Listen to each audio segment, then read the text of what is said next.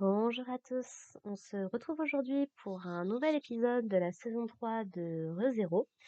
Aujourd'hui épisode 2 et on va dire que ça reste alors ça reste plus soft que le premier épisode.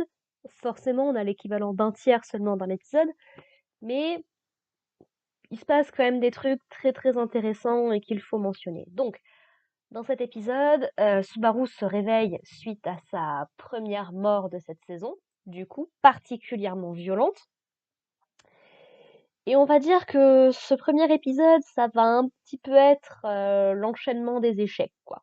Parce que, comme à son habitude, Subaru va essayer d'inquiéter le moins de monde possible et d'essayer de régler la situation par lui-même.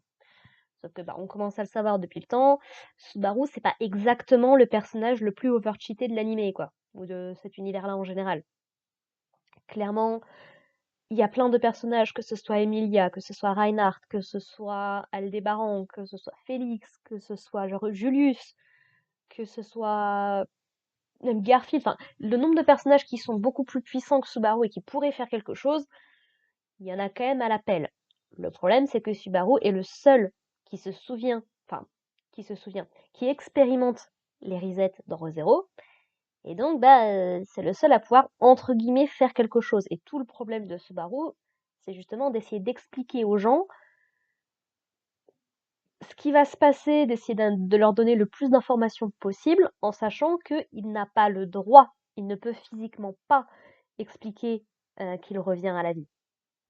Alors, je sais plus très bien ce qui s'était passé en saison 2, mais il me semble que Roswald est plus ou moins au courant, je crois, avec de gros guillemets, de gros points d'interrogation.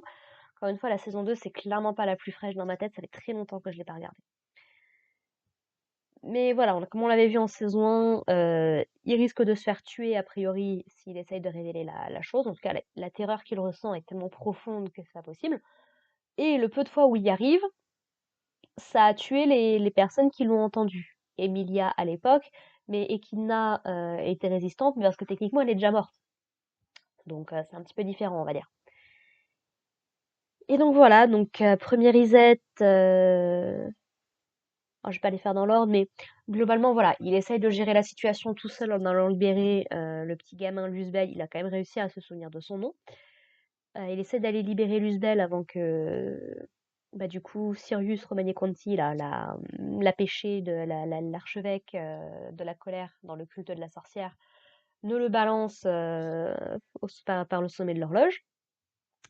Sauf que, il a à peine le temps de lui poser deux, trois questions que Sirius se pointe et globalement entraîne la pendaison de Subaru. Faut savoir qu'elle le fait avec ses chaînes à pointe là, donc niveau douleur ça doit être particulièrement compliqué. Et en gros, elle utilise notamment son pouvoir pour que Subaru et Luzbel soient connectés, ressentent les émotions, les sensations les uns les autres. Donc je vous laisse imaginer le calvaire que c'est, quoi. Deuxième tentative, il va essayer de faire appel à Reinhardt, puisque donc il sait que Reinhardt peut être appelé très vite. Ça tombe bien, il a un gars sous la main. Donc le gars qu'il avait rencontré dans l'épisode 1, qui revient du tout début de ReZero, un des, un des brigands, on va dire, qui a été plus ou moins responsable de sa mort dans une des timelines quand il était encore dans la ville dans la ville à l'époque. Donc voilà, lui étant du côté de Felt, a la capacité, comme Reinhardt lui avait dit d'ailleurs dans le premier épisode, de l'appeler si jamais il y a un problème. Subaru arrive à le convaincre en mentionnant le fait que le culte de la sorcière va se pointer. Et du coup, voilà, le mec, ce que j'apprécie beaucoup, c'est que il se pose pas 36 questions, il se dit, bon, dans le pire des cas, je vais me faire taper sur les doigts parce que j'ai utilisé un truc qui est pas top top, qui est un peu illégal, mais si c'est sérieux, bon, il vaut mieux. Donc du coup, Sirius se pointe, commence à hypnotiser un petit peu les gens, et même Subaru tombe sous son contrôle, mais Reinhardt va réussir à arriver. Alors je ne sais plus le pourquoi du comment, si ça avait été expliqué comme quoi Reinhardt est insensible à l'autorité de Sirius, à l'autorité de la colère.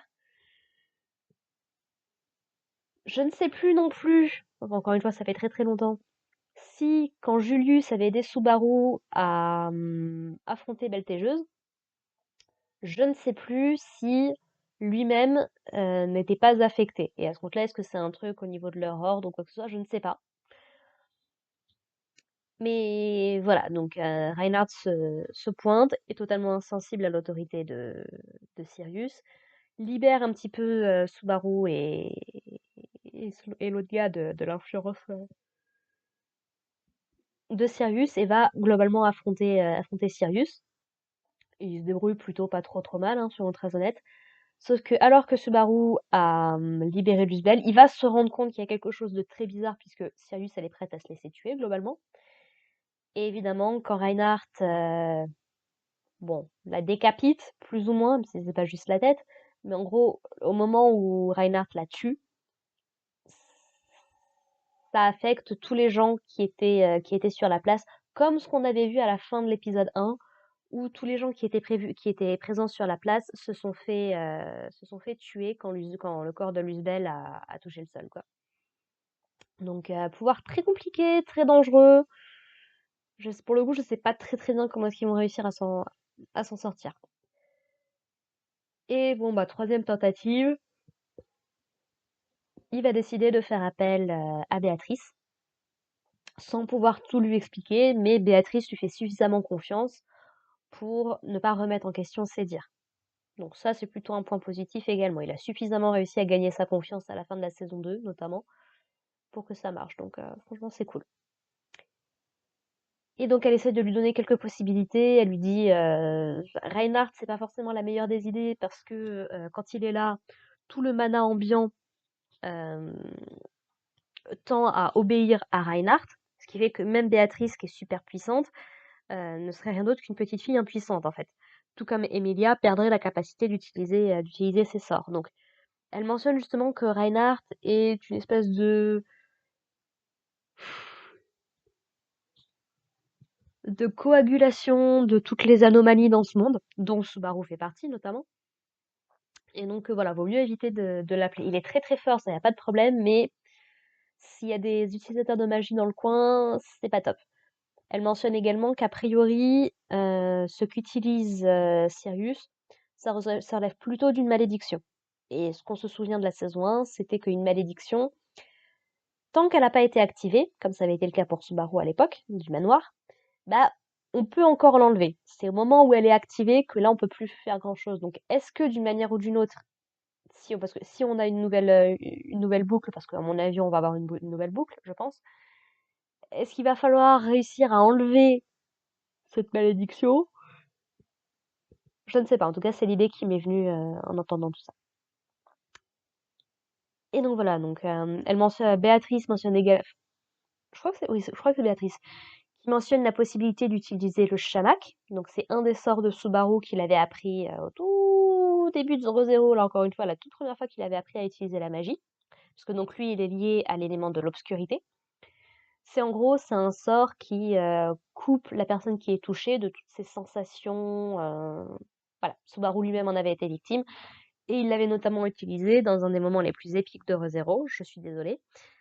Quand ils avaient affronté les chiens de l'enfer, là, qui a été responsable de la malédiction qui s'était tapée dans l'arc 2, et où en gros, dans l'animé, il y a la musique qui se lance au moment où il libère son shamak et tout. Enfin, c'était très stylé, j'aime beaucoup. Donc pourquoi pas. D'ailleurs, autant Béatrice s'en moque un petit peu, mais alors Subaru, il est prêt à défendre son sort quoi qu'il arrive, quoi. C'est très drôle. Voilà, voilà. Et en fait, malheureusement, donc Emilia a tout entendu. Fait bien comprendre à Subaru qu'elle est prête à se battre à ses côtés quoi qu'il en coûte. C'est un peu, lui est prêt à tout pour la protéger, bah elle veut faire pareil. Ils fonctionnent en tandem. Je pense que Subaru commence un peu à l'avoir compris quand même depuis le temps. Que voilà, il n'est pas dévoué à Emilia ou Emilia n'a pas à être dévouée à lui. Ils fonctionnent en tandem, quoi. Et en gros, bah, il s'avère que ça va être la cible principale de Sirius, puisqu'elle est visiblement responsable de la mort de Beltégeuse, quoi que ça veut dire, je sais plus très bien comment est-ce qu'il était mort. Je sais que Subaru et Julius en étaient responsables, mais en dehors de ça, je sais plus très bien.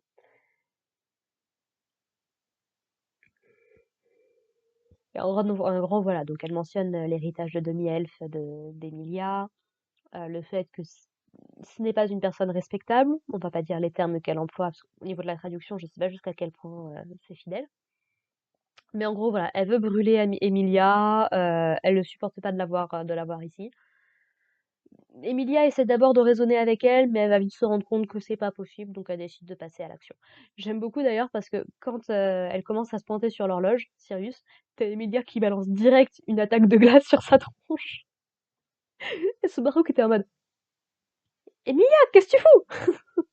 Et Emilia qui dit ah désolé, j'ai essayé une attaque préventive, c'est pas ce qu'il fallait faire. Elle dit oh bah, si, je m'attendais juste pas à ça quoi. Et bon, elle s'en sort suffisamment indemne. Et en gros, on va avoir ouais, un petit passage assez sympathique de combat entre Emilia et Sirius. Alors, comme ça n'a jamais été confirmé dans l'histoire de base, je ne sais pas ce qu'il en est, mais si effectivement, admettons que la théorie sur Sirius soit vraie et qu'elle soit, d'une manière ou d'une autre, Mama Fortuna, le nom m'est revenu après coup, bah c'est assez tragique comme petit combat. C'est pas, il n'y a pas de dimension particulièrement épique ni quoi que ce soit, mais ça voilà, ça fait plaisir de voir Sirius qui utilise de la glace, du feu, Emilia qui utilise de la glace. Et franchement, au niveau animation, au niveau combat et tout, j'avais pas souvenir qu'elle pouvait faire autant de trucs, Emilia, mais je prends, vas-y, y a pas de problème. Et donc en gros, ça va se terminer au moment où Sirius arrive un petit peu à s'en prendre à Emilia, qui va être visiblement évanouie par le coup qu'elle a pris. Et c'est là que se pointe un des plus dangereux psychopathes de cette série, selon moi. Alors, je me souviens plus très bien de ce qu'il nous montre à l'époque où il arrive en fin de saison 1, mais je me souviens de la saison 2, dans le flashback d'Emilia avec Pandora et tout. Bon, c'est pas une personne à prendre à la légère, hein. J'étais plus sûre si son nom c'était bien Régulus, mais oui. Régulus, Corneas, péché de l'avarice. Et on l'avait déjà entreaperçu dans l'épisode 1, je sais plus si je l'avais mentionné. J'y avais pensé, mais je ne sais plus si je l'avais mentionné. Mais donc voilà, il est là et c'est un problème. Et il dit que il veut faire d'Emilia sa 79e épouse. Pour le coup, je sais pas quel est le contexte par rapport à tout ça, mais why not, écoute, hein, pourquoi pas. Non, voilà, voilà. C'est à peu près comme ça que se termine l'épisode. Il se passe pas forcément grand chose puisque bah, on enchaîne assez vite les boucles. C'est un épisode que de 20 minutes, contrairement à l'heure et demie qu'on a eu la dernière fois. Une heure et demie, je sais plus. Une heure et demie, je crois. Mais voilà, on a des petits trucs sympathiques qui se passent, donc je prends, c'est toujours sympathique. Premier aperçu de l'opening et de l'ending. Alors autant j'aime beaucoup les musiques dans les deux, plus de l'opening que de l'ending, plus de l'ending que de l'opening. Mais au niveau des visuels, j'ai l'impression qu'on a peut-être perdu quelque chose au niveau de l'opening. Mais voilà, à voir encore une fois, on est au début de saison, c'est la première fois qu'on l'entend. Peut-être qu'à force de voir passer les épisodes, on va s'y faire, très probablement même. Mais pour l'instant, je reste mitigée. L'ending, par contre, est plutôt sympathique, plutôt mignon, qui se concentre un peu sur tous les personnages. Voilà, voilà. Sur ce, bah écoutez, je vais pas vous embêter plus longtemps. On se retrouve la semaine prochaine pour parler de l'épisode 3 de ReZero. Ça me fait bizarre, honnêtement, hein, de recommencer à suivre des trucs qui sortent en temps et en heure. Ça faisait longtemps. Et puis, bah voilà. Portez-vous bien, les gens. À plus tard. Bye.